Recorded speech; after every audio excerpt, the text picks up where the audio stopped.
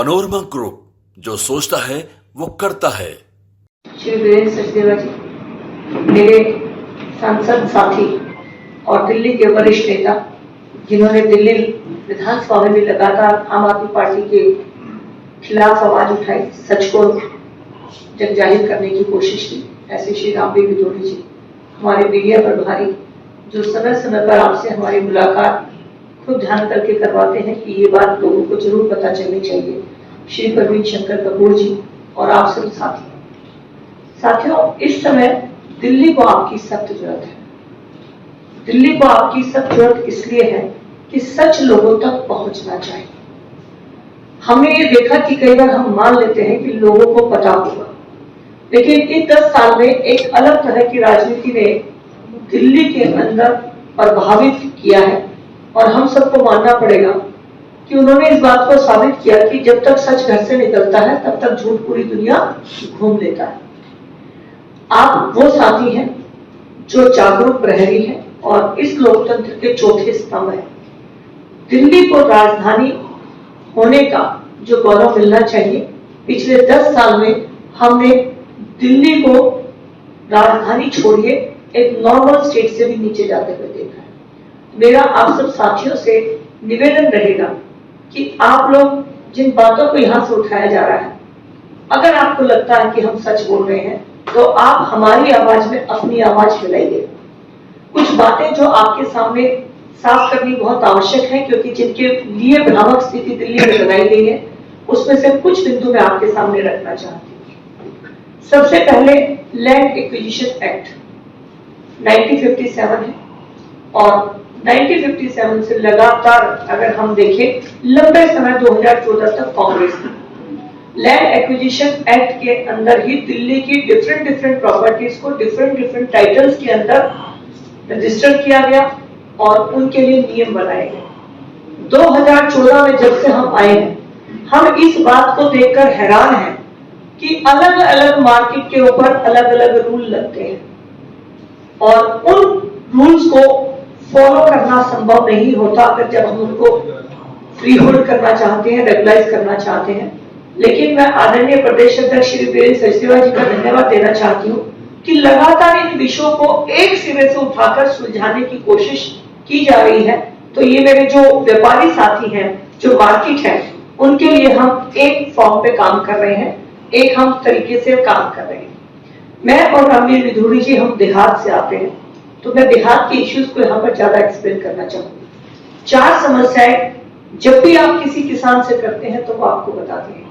Number 1 mutation, दूसरी वो आपको कहते हैं कि जो हमारे 20 पॉइंट के प्लॉट्स मिले हैं या हमें जो खेती की जमीन मिली है उस पर हमें मालिकाना हक मिलना चाहिए।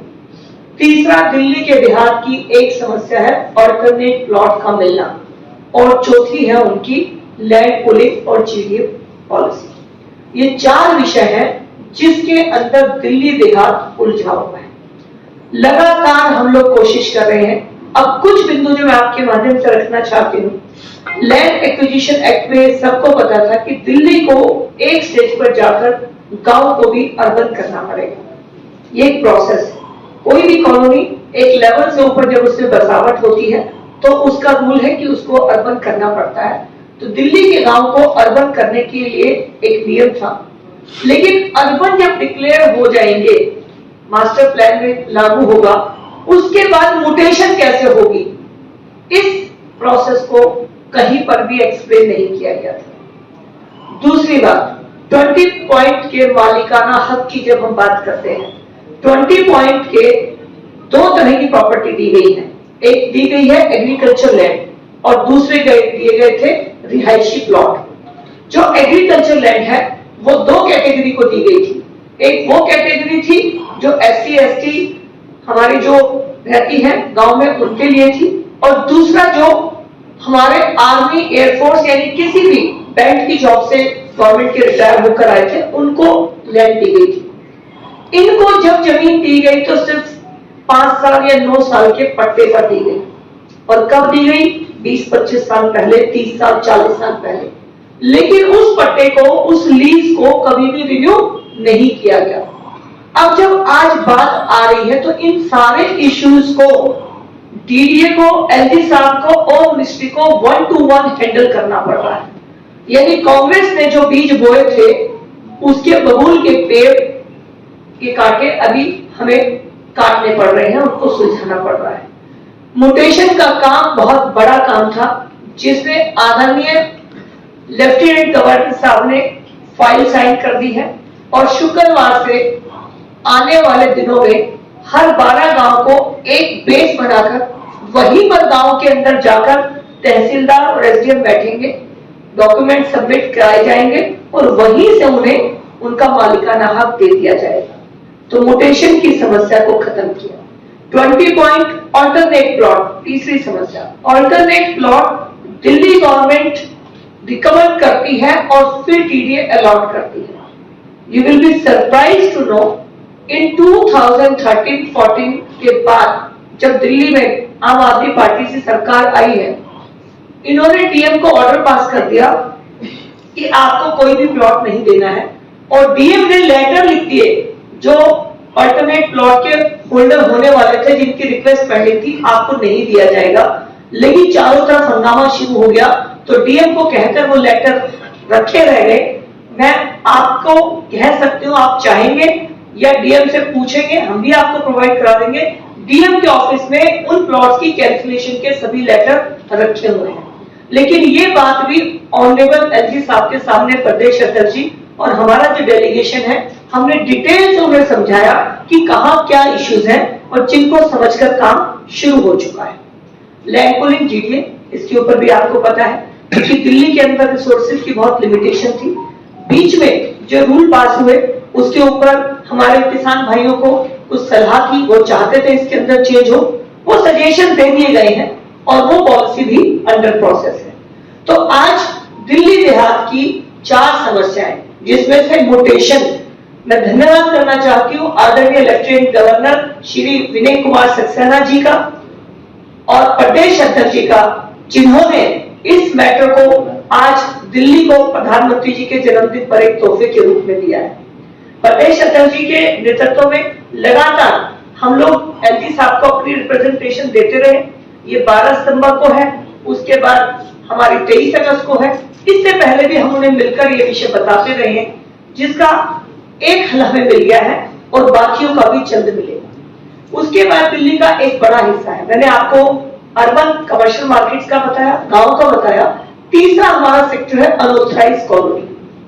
अनऑथराइज्ड कॉलोनी में ये सोचा गया कि नई कॉलोनी की कटिंग नहीं होनी चाहिए विदाउट प्लानिंग के, और इसके लिए नई कॉलोनी की कटिंग ना हो। डीडीए ने एक ऑर्डर पास किया कि जो कॉलोनी नई कट रही है, कोई अगर क्लोनाइजर अवैध रूप से कॉलोनी काट रहा है तो वहां पर मीटर ना लगाए जाए। लेकिन पीएससीएस ने 2014-15 का नक्शा ना उठाकर 2006 का दिल्ली का मैप उठाया और जिसके बेस पर दिल्ली की वो कॉलोनी जो बहुत पहले बस गई, हम में से खुद बहुत उस कॉलोनियों में आते जाते होंगे, रहते होंगे। मान लीजिए गली में 10 घर हैं, 8 पहले बन गए थे, 2 के प्लॉट खाली थे, तो वो 2 पे जब बनाया गया तो उन 2 पर भी मीटर लगने में दिक्कत आ गई, क्योंकि वो नक्शा 2006 का बीएससीएस इंप्लीमेंट कर रहा है।